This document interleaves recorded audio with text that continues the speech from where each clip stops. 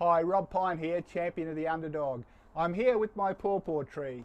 Certainly we always call them pawpaws growing up, but in Australia, New Zealand and South Africa, we do call this the pawpaw.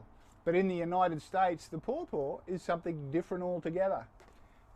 We also always used to have two sorts of pawpaw, the rounder yellow one and the longer, more reddish pawpaw.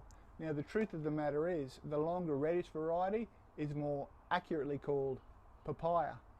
So the other tip I'd really like to give you, if you're buying seedlings, which is how I buy them, make sure you get one that's bisexual. Because I'm a bit of a non-binary sort of guy, I reckon that's the way to go. But also, it's self-fertilizer, so it's got male and female parts. The trouble with growing pawpaws from seed is they don't grow true to seed. So if you're eating a pawpaw and you keep the seed and plant it in your garden, it won't necessarily grow up A to fruit or B to have the same type of fruit that you got it from. So just be careful there. Actually, while I'm on the matter, I threw some papaya seed out the other day in the compost and worked it into my garden bed, and it must have had some papaya seed in there. So I can show you what they look like when they're small. So they're little papaya there. We've got a few, so we might pot them. And as you can see there, if one of them doesn't grow papaya, the other one certainly will. We've got a few to pick from. So let's go out the back and I'll show you my papaya tree. So this is a papaya tree, and as you can see, the fruit is longer and bigger, and this looks like a pretty healthy papaya tree.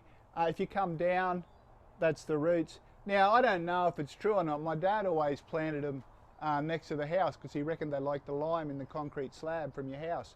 But they grow really well in far north Queensland anyway. It's pretty hard to fail with pawpaws or papaya.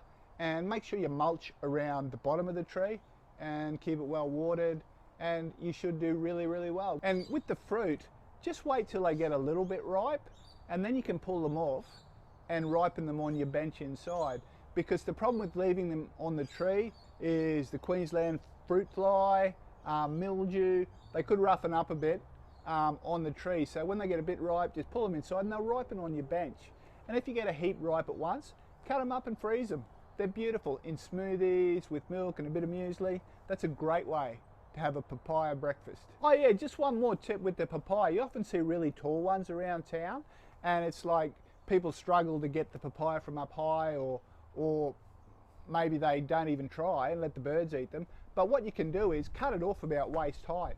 If you cut it off waist height, just put an empty tin or a plastic container over the top.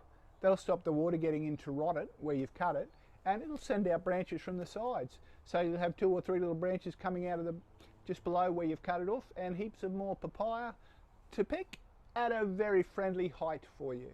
So that's my papaya tips for today. Champion of the Underdog, signing out.